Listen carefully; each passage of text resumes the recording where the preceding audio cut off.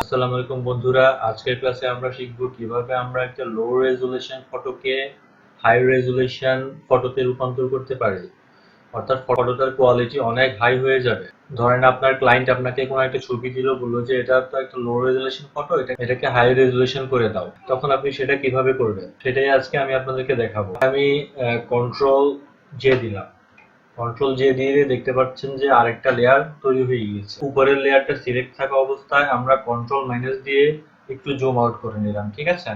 এরপরে এখানে ইমেজে চলে যাব, ইমেজ থেকে ইমেজ সাইজ, ঠিক আছে। এখানে রেজুলেশন আমরা দিব হচ্ছে 300, ঠিক আছে। আর উপরে উইথ এবং হাইট সেম থাক, কোনো সমস্যা নাই।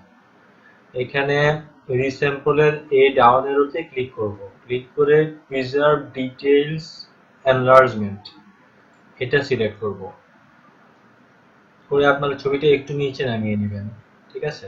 এখানে দেখতে পাচ্ছেন যে আমি রিডিউস নয়েজ এটা বাড়াচ্ছি। যত বাড়াচ্ছি ছবিটা কিন্তু আরো পরিষ্কার হচ্ছে, ঠিক আছে। এটা পুরোপুরি বাড়িয়ে দিলাম, দিয়ে ওকে।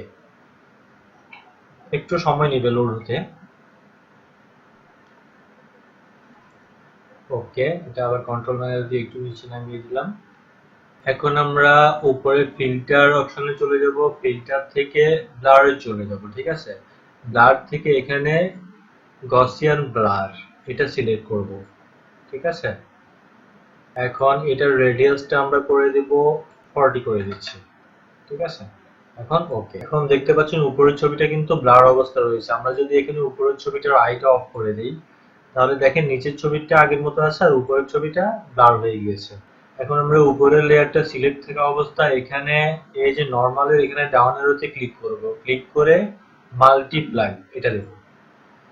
এখন দেখেন যে ছবিটা কিন্তু অনেকটা চেঞ্জ হয়ে গিয়েছে, মানে অনেক আগের ছবিটার চেয়ে অনেক উন্নত হয়ে গিয়েছে।